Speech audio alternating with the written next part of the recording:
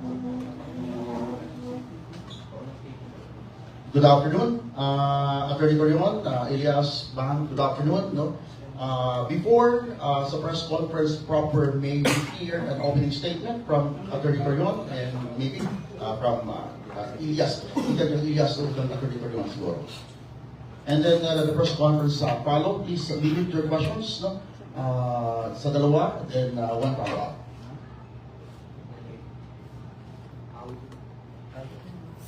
Hello, my guest. Hello.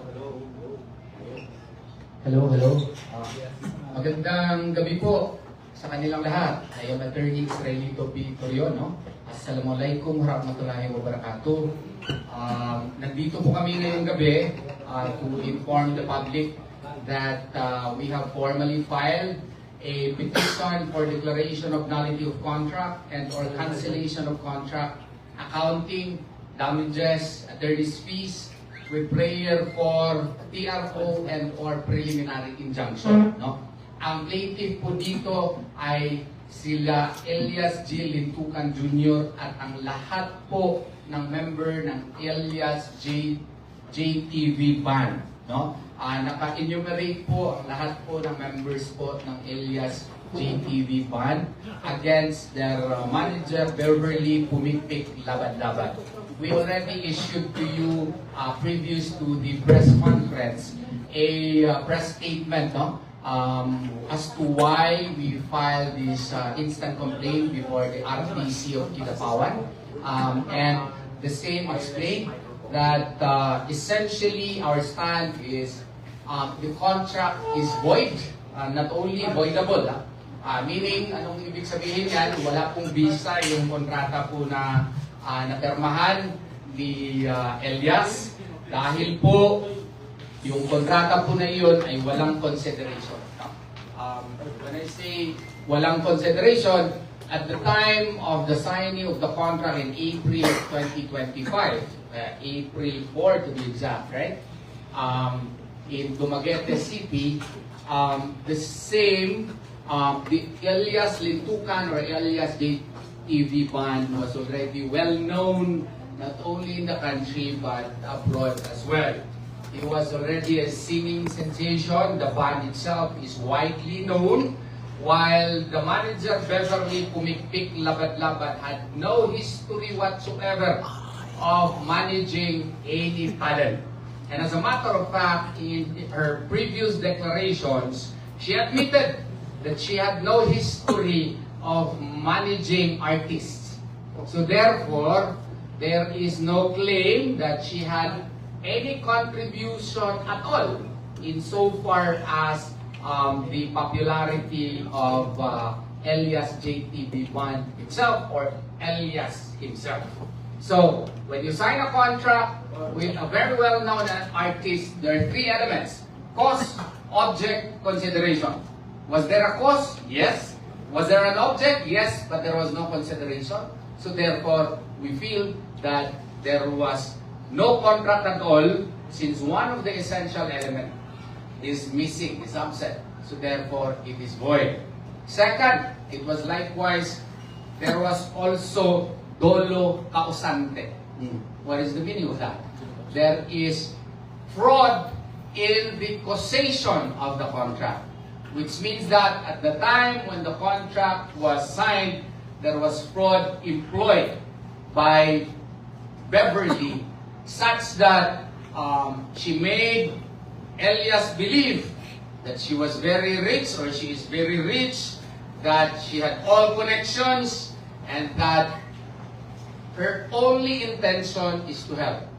Ang kanya lang daw nasa puso ay pagtulong daw kay Elias at wala daw siyang balak na magkapera dito. Pero iba po ang nangyari. Kasi sa kontrata pong pinarmahan na hindi dali-dali, kasi si Elias at that time and the band also had to respect their contracts that they had concerning the show that they have to be present. So, pinakita sa kanya without explanation, walang chance na maka-question sa detail si Elias. at wala siyang chance na makakuha ng abogado para magkonsulta, pinapirma. Blanco yung consideration kung magkano yung share ni Beverly Labad-Labad. Maglabad gini ang ulo. Why? Kasi nung pinakita na uli, kasi hindi siya binigyan ng kopya ng kontrata. Naka-indicate na yung 30%, pero yung other, basis ng 30%, blanco pa rin. Nakuha kami. Tapos, kung anumang corporation na itayo niya later, maski wala siyang contribution, 30% pa rin ang kanya at bilihin niya 50 pesos per share. Mas barato pa ang suka sa mong silingan kaysa sa iyahang share sa pagpalit sa corporation. There are so many grounds that we cited in the complaint such that we feel that it is null and void at the very beginning and it should be stopped. Okay? Pati nga yung kontrata, kung basahin ninyo, saan sila pumirma? Dumaguete City. Wala siya, pumirma na siya.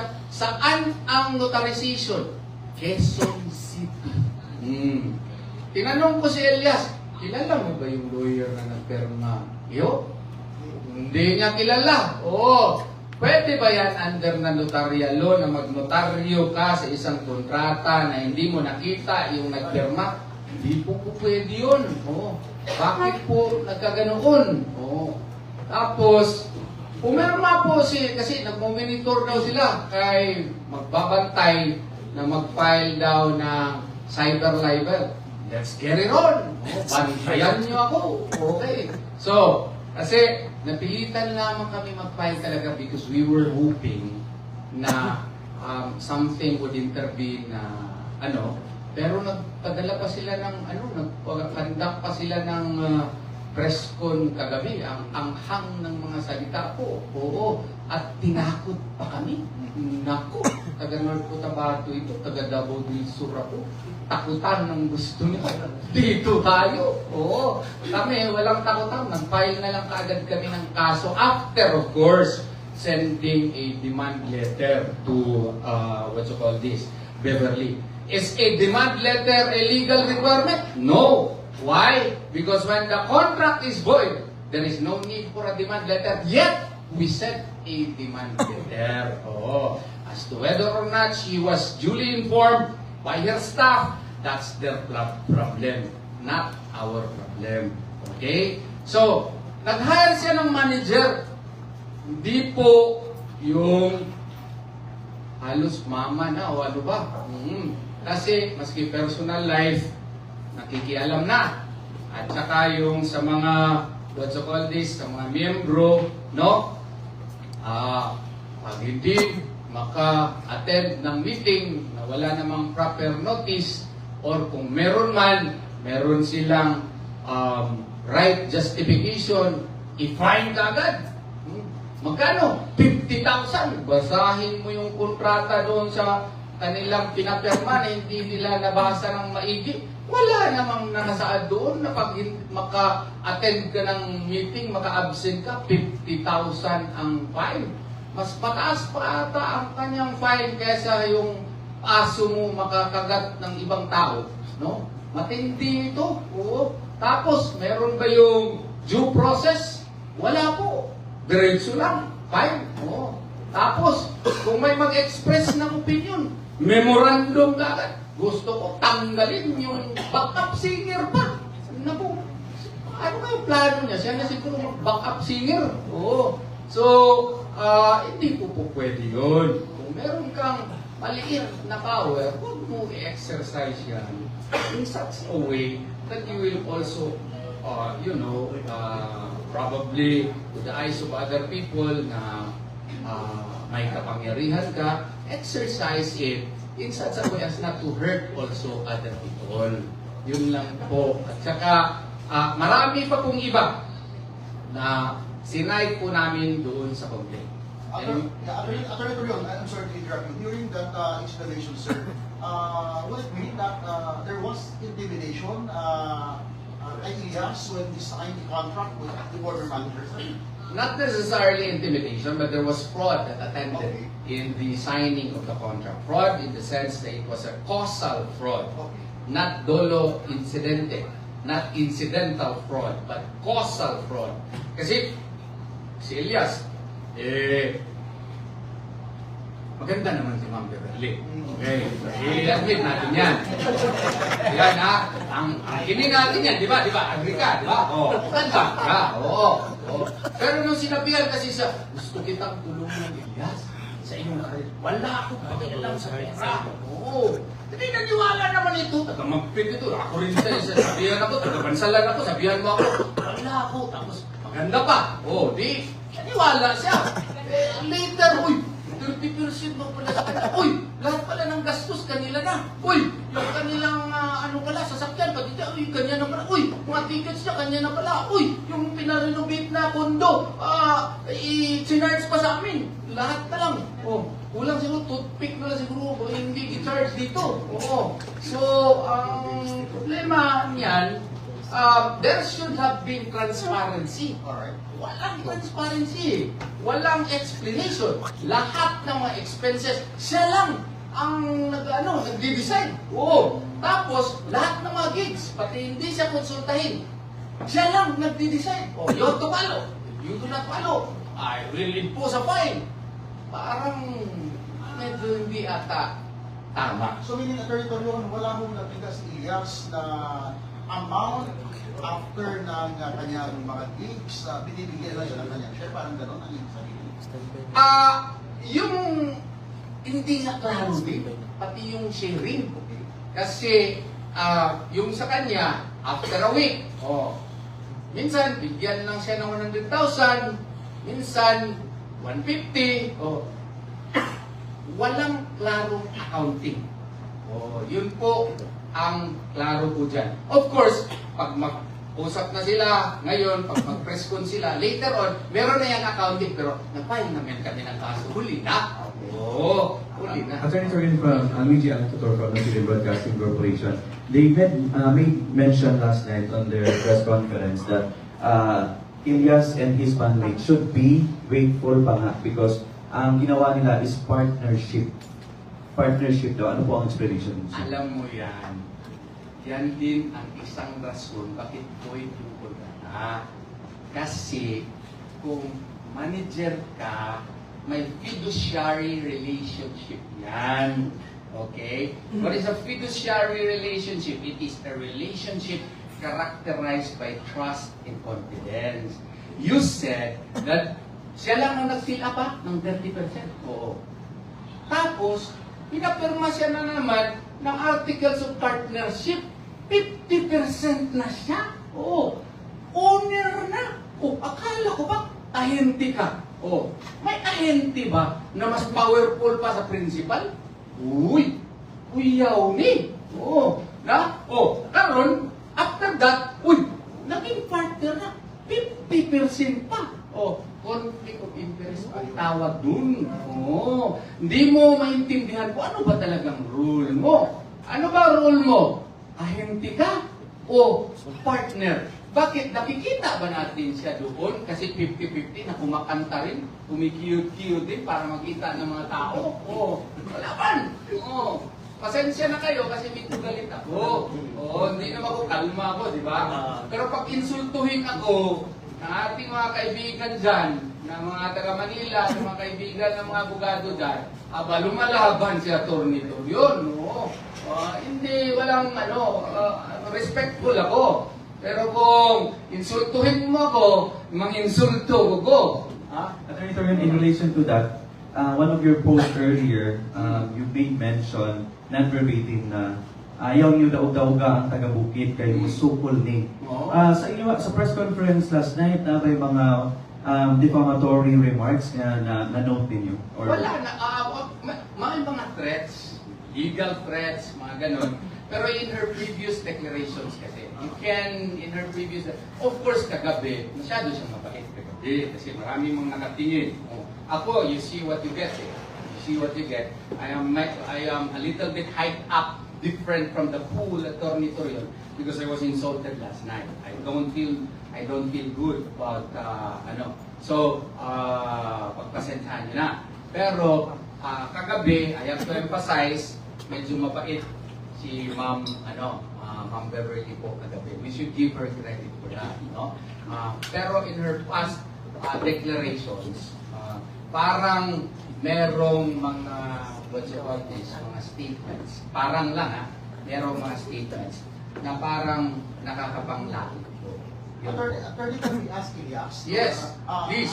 Elias, pwede naman ito bagundong or delete or no? No, kung sa inyo was there, ano na ba intimate relationship with you and your No comment ko na. No comment. Thank you. Follow-up, yes. Follow-up question. But I like the question. I'd like to ask Elias, human ani it's a turmoil manggod gikan sa una nga manager to next manager, wala pa tanong sa katuig. But I'd like to know lang kumusta ka o imong panahon, sir. Okay lang ito Binti. Wala may problema sa mga siguro. Sa ila may problema, pero sa mga may problema. Murang ka dito bagay ba sa una dong si Ma'am, ang imong business, ang imong manager sa social media, naka-apekto ba din sa imong performance sa imong mga gigs? Siyempre as a partner sa kong pinalangga, siyempre yung dauto ng ato ang pinalangga, siyempre maapektuhan din po na akong performance kasi dili lapas naman sa boundaries doon. So, Attorney Alizal Anibanga po from North Cotabato The News. Unsa na karon kay nagpagawas man gud og memo si Beverly Labad-Labad regarding sa mga third party na wala kayalo sa iyaha. So, liable sila na magbayad ng mga damages. So, what will happen po sa third party po? Actually, that's part of the issues that we raised. We already sent a letter to Ma'am Beverly na from this day forward, cut off na ang relationship. Okay? Because the contract was null and void. And we will move thereafter pursuant to whatever orders that the court may issue on the matter. Ganun po. Depende na po sa korte as to how the matter will be resolved. So, dili pa problema ang mga nakapabuking na sa kay Elias po na without manager po. Okay, ganito yun. Yung mga napirmahan na ni Elias na existing, we intend to respect all of those. Whether as to how he will move forward, that is ang answer ko dyan, abangan ang susunod na kabanata. Yan po. Okay. Kay kay Sir Elias? Ako na. Kumusta to? How about sa 29 million? Matag pa. Tinood to? Kay wala mo gutupad na kan. Para maklaro yun, kay wala mo gutupad itubang kagabi at sa press con ni Manager Beverly. So now, issue na siya sa korte, no? Korte na yung magkuha na. Apil na dito na. Atong sa page ninyo sir ngayon About sa page sport, kuhan. Sa karon na siya access sa page. Munang makita ninyo nga na ko'y i-post kasi abidin akong kauban na tingala mo nga mawala. Doon kay gina-delete na. Kaya na siya access ako ang page kay sama siyang sayang giingon. Ang page daw is delete daw na ipangkuhan, delete ang post lang. Kaya ang page daw nga akong game is business daw to. Is actually pang bukid lang mong dito, ang bundok na to. Just na may pagmahay din mo, gikan sa from nothing, suloy na sa ulan ng discourse, nakawal si MC Despila, pagka angkot na naging famous na karoon, may pagmahay din mo nga, may pagwa na lang po na famous, pero anak nga mga tanong ko. Siyempre, sa kuhan, gamay nga kuhan yun, naipagmahay gamay. Pero as of now, okay na, kung kayo kasi magalingon nga, okay naman din at least kuhan, nakamata na pa sa kamatuuran. Okay na ang tanan at least nga, dili-dili yung musalig kayo sa mga tao. Kamusta ang imong ginikanan? Gabi na kasi ka namin, matinangga kaya yung imong mama, o yung papa. Kamusta? Okay lang akong ginikanan, wala po sila problema. Kinainan lang na, okay lang na, muhagi lang ang kanan. gani iyang tour abroad. So, sa ba to? Mapadayo pa ba? Or ang sa to? By the way, ila din ako akong makauban, no? Si Attorney Vanessa Escritor, no? Si Attorney Campaner, si Attorney Nasi Gonzaga, no? Na ako'y wala diri, sila Attorney Resi Rizada Nolasco, no? O kauban ako mga abogado sa the law firm of Torian and Partners. Answering that question, yes, we do intend to respect whatever contracts that Elias signed. Pero katong what you call is wala pa na signan, no? Is a matter that we will decide pursuant to whatever advice that the regional trial court may give on the issue. Part of the issue is accounting. Kaya nga, no comment siya, kasi yung 29 million, no comment niya na part of the issues na sa accounting dito nga among isangkad sa korte. Ang nag-file ani, dili lamang si Elias, kundi ang tanang miyembro sa Elias JTV Band. Walay bisag isang ning kalas. Unanimous ni, mura po ni siya 13-0 mga desisyon. Pero yes, isa kami yun. Nakagulit pero isa kami yun. Anak siya rin yung makatubang. At one time, wala. Sa kuan, sa kuan, wala pa. Pero yung kinaikot, Sir Elias nga po, naka-download siya one time, 5 million kay Ma'am Abby. Ang kana panggod, ato bago na ko ng pangutana. Ang kana panggod ang nasulod sa akong video call is actually is kuan na siya eh. Mga down payment na sa mga iba-iba nga mga municipal na kuan, mga bookings na nisulod sa patong una na kong sulod sa iyaha. Unya kana nga kwarta is wala na ko na siya gihilabtan kay ginahuna ko na ko basic nay umabot nga panahon nga naay municipal nga mo cancel. Marifan na ko tayo ng ilang ko. Marifan na ko tayo ng ilang kwarta nga ginawa. So, wala na ko ng ilabtan naroon sa akong video karon. Ilang kwarta. Attorney Torion, may comment sa akong live, sabi, si Attorney Torion sumasakay lang sa kasikatan ni Elias. Hindi, nagkataon lang talaga na abogado ako. Tapos, si Elias, kailangan niya ng abogado. Galing. Oo, hindi naman magaling. Oo. Siguro, sino ba din hindi gusto magsama kay Elias na tingnan mo, kamukha naman kami. Diba? Oo. So, if I will be hired by Elias, it will be my great honor. So kung makasama ako sa kanyang kasikatan, di, alhamdulillah. Diba? Lang yun. Grasya yun ang pong may kapal na dapat nating tanggapin. Ikaw, Dok, tawad po ka nga ako yung abogado, Dok. Anong di good? So, yes, Ronda. Oo. Sige. Done. Ang sa ikwan, pwede ba naman yung mabawi ito yung account din ako? Yan, pinamanis na kami. Pwede at hindi ka lang Siguro sa kuan, diri naging no comment pero diri naging mababati. Part na sa issue din. Katong sa social media nga, dahil na daw yung manager, katong si Iloy Gutgris na. Tama ba ito? Yung abogado. Wala nga, nag-depend daw siya sa imong kay siya daw ang bago na. Dili.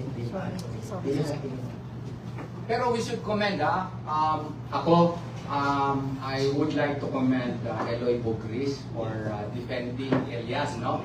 I haven't met her, pero kung makimit ka ko siya, makikapig ko ni ma'am. Ano? Kay ganahan ko makahibalo nga nung isog kay siya. Oh, di ba? She is defending Elias and we would like to commend her for that. Thank you, ma'am. Thank you. Attorney Torion, I'm very curious. Ang kapal ng nasa harap mo, yan ba yung pinail nyo sa regional trial court sa Pinabawal, sir? Ilang pages po yan? You know, marami po kaming, this is a collective work of the law firm of Torion and Partners. And as you can see, we are not joking when we file cases. By the thickness of the files alone, you could see that we are really serious and we are here to win. And by the grace of Allah subhanahu wa ta'ala, we will win. So, this is more than 300 pages na complaint And this shows our seriousness in fighting for the causes of Elias, because he is, a budding and now one of the best artists that North Cotabato has ever produced, and he should be given his freedom to chart his own destiny away and cut off from whatever factors that are trying to hold him down. Is the Torion PM confident to win this case, sir? Well, by the grace of Allah subhanahu wa ta'ala, I believe in the cause of my client, and therefore, he will allow us to win in this case. On my end, Attorney Torion, my friend, aasahan ba namin na magiging grandstanding mga hearings na yan sa kasong ito na baka ang darating sa Kidapawan City is Attorney Topacio? Well, Attorney Topacio is my friend, no? Pareho kami sa PDP Laban, and as a matter of fact, yung PDP Laban nga, merong show na gawain sa amin ngayong Saturday. Sana mag-start, no? Pero may na-utter kasi yung kaibigan ko kagabi na I have to tell him also that I did not like. Ganun naman si Atty. Torion. Magklaro ako, I did not like. Kaya nga medyo kanina, medyo galit ako, pero okay na ako ngayon. So, wala siyang manager ngayon. He is fulfilling his contract, yung napermahan na niya, and we will decide as to who will be his manager based sa anumang declarations ng korte. Pag magsabi ang korte, wala na ito, hindi pipili siya ng sinong kanyang manager. Hindi po ako yun, kasi abogado ako. Maruhin ko yan, ha? O kung kailangan niya ng abogado ng mga kontrata niya, kasi nandun ako. As of now, he is on his own trying to fulfill the contracts that he already entered into. Whether it was through the auspices of Ma'am Beverly, he will follow. So, kinsa nagkadawat ng bookings karon sir para sa mga? None as of the moment. Yes, personal question. Once we get to plano na magpakasal, napakasal na ba kayo na? Magandang usapan nila. As about sa about sa pagpakasal is maabot na moment. Pero sa karon wala kami napakasal. Pero surprise lang, surprise sa pinakalit. May sabot. Kaya magkasal ni Ninong ni. Attorney Torion, from my end, siguro, what is your assurance in legality kay Elias, his bandmates, and their family na dili sila makadawat og threat, especially dito sa mga producers na dili na nila madayon ang mga shows? No, actually, as to shows that he already committed to attend, like for example, the US show, World Tour, no? Elias has no plans of not complying with the same. Okay? He will comply. I have advised him that. And he will perform. Provided, of course, na ma-approve ang visa, tanang mga magikinahanglan. Walay dili tumanon si Elias, sumala sa kontrata. Ang kontrata lamang niya ni Ma'am Beverly ang ipakat off na mo. Kay murag sa among tanaw, pwede mi magkamali. Wa na gyud na mao. Last na siya kay Sir Elias. Kadagdagan sa abogado lang si Atty. Torion. Kada wala nindot ka pamalana. Sa kadagdagan nga abogado si Atty. Torion nga akong pipilit kay kabalo ko na malutas ginamit na. Basta pinahagi sa iya sa tapaw, pinahagi siyang tabang sa ako. Kung ginasaligan ko naman si attorney, siyempre siya mo nung ipilit, wapo mambutong kayo. Sa mga Elias, siguro. Sayang mo sa mga followers mo. Sa mga sa mga nabalaka na ko diha ng mga followers no, sa mga basher na ko diha no, relax lang mo diha kay mahuman pa rin tanan. O sa mga tinuod nga nagasuporta diha, salamat kayo sa inyo ha. O amping mo kanunay, God bless always sa inyo ha, for blessing sa inyo ha. O walay katapusang pagpasalamat ako sa inyo tanan sa pagsuporta ka namo sa Elias GTV Band. Salamat kayo sa inyo sa pag-usab o Unta, natubag na namo tanan ang inyong mga pangutana nga dugay na ninyo nga ginapaabot. Pero you still have ano tawag dito, interest to talk to your former manager. Sa imong dati nga manager, iya sa istorya pa kaniya do. O umabot ang panahon nga kuha, wala may problema. Pero katong stage mo wala.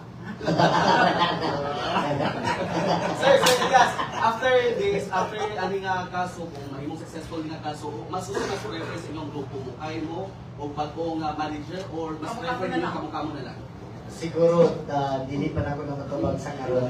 Siguro, saan na ako matubag kung mahuman na ning among kaso na kanya. So, makunta ka din sa probinsya sa North Cotabato, Sir Elias, Libungan, karong gabi o sa Kabakan ng Magpapit. Oo. So, sa Kabakan sa inyo natin. Ansa.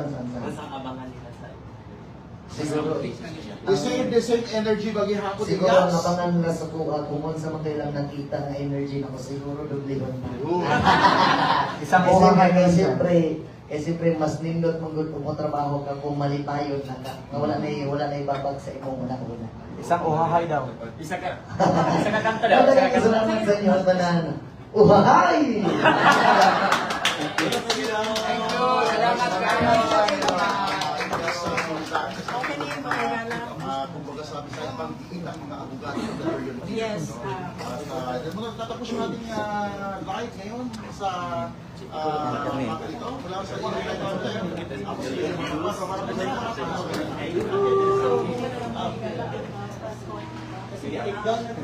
Bastos.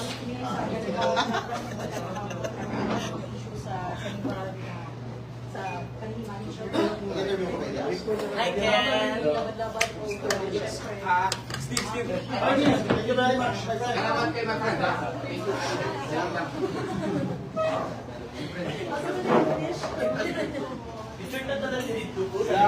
Good luck sa mga shows niyo, ha? Good luck. Good luck always.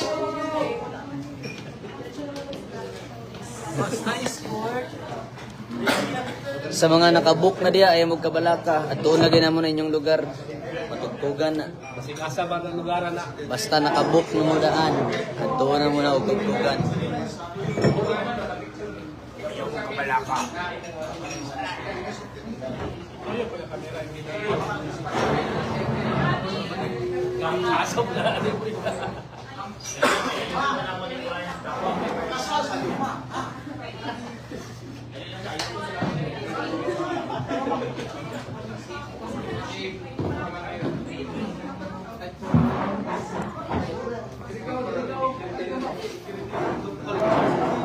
Si Ma'am Abby na daw sa manager. No comment yan. Kabahan ka na. Kabahan ka na. 1, 2.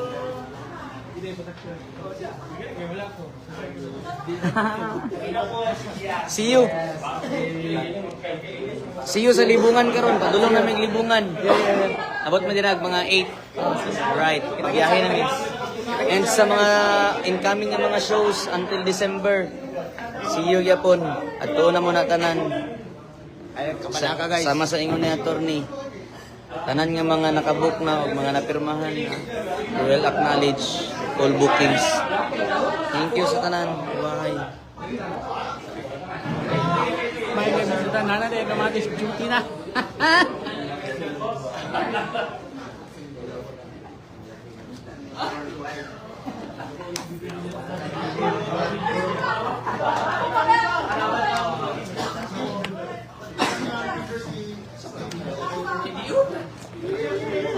Bye-bye guys. Bye-bye.